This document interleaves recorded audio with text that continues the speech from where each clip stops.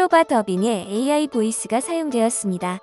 이번 영상은 가공품의 두께와 형상을 어떻게 결정하는지 보도록 하겠다. 이를 구하기 위해서는 대학교 때 배운 재료역학을 많이 사용하게 될 것이다. 이런 공학적인 지식은 설계를 할 때 정말 중요하다는 것을 다시 한번 강조하겠다.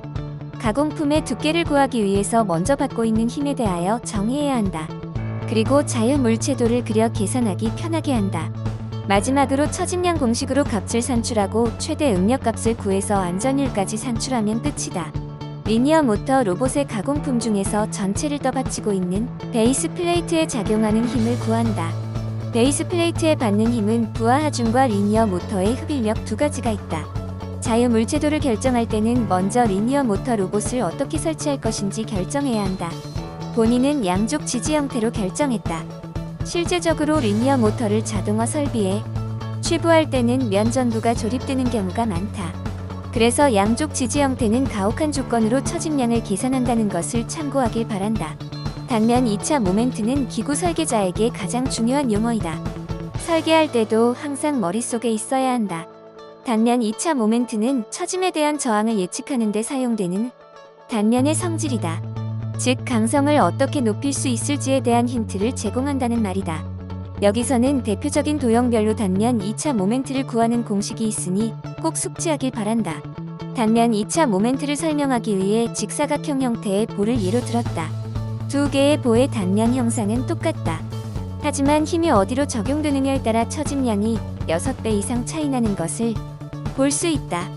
직사각형 단면 중 긴 변인 100mm 방향과 평행하게 힘이 작용되면 단면 2차 모멘트의 값이 커지면서 처짐량이 작아지는 것을 볼 수 있다. 항상 설계할 때 이런 포인트를 기억해 두길 바란다. 그래야 가공품의 사이즈를 최적화하고 재료의 낭비가 없으면서 목표한 강성을 갖도록 설계를 할 수 있다. 베이스 플레이트의 단면 2차 모멘트를 구하기 위해서는 부분별로 나눠서 계산을 해야 한다. 그래서 A1, A2로 나누었고 각각의 치수를 바탕으로 도심들을 구해야 한다. 도심은 무게중심이며 단면 2차 모멘트의 합을 구할 때 사용하게 된다.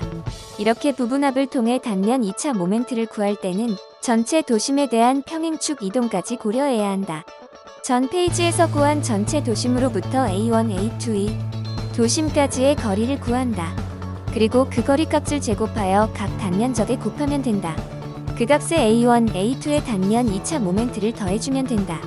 형상이 더 복잡해지면 계산하기가 힘들기 때문에 구조 해석 프로그램을 사용해야 할 수도 있다. 정말 간단히 결과값을 도출할 수 있다. 단면 2차 모멘트의 값까지 산출했으면 이제 처짐량 계산이 가능해진다. 여기서 사용 소재는 알루미늄이며 탄성계수 값을 알아야 한다. 결과값을 보니 처짐량이 생각보다 크다는 것을 볼 수 있다. 하지만 베이스 플레이트에 조립되는 LM 레일과 고정자는 감안하지 않았기 때문에 이보다 덜 처질 것이다. 그리고 양단 지지라는 가혹 조건이기 때문에 실제로 사용할 때는 문제가 없을 거라고 판단된다. 만약 불안하다면 단면 2차 모멘트의 값을 크게 하는 방향으로 형상 및 두께를 키우면 처짐량을 줄일 수 있을 것이다. 마지막으로 안전율을 검토하겠다. 베이스 플레이트가 처질 때 전체 도심을 중심으로 윗면은 압축 응력을 받을 것이고 아랫면은 인장 응력을 받을 것이다. 이 두 개 응력을 구하여 그중 큰 값을 안전율 구하는 데 사용하면 된다. 여기서는 압축 응력이 인장 응력보다 크다. 알루미늄의 인장 강도가 압축 응력에 비해 10배 넘게 크기 때문에 안전율상 문제는 없을 거라 판단된다.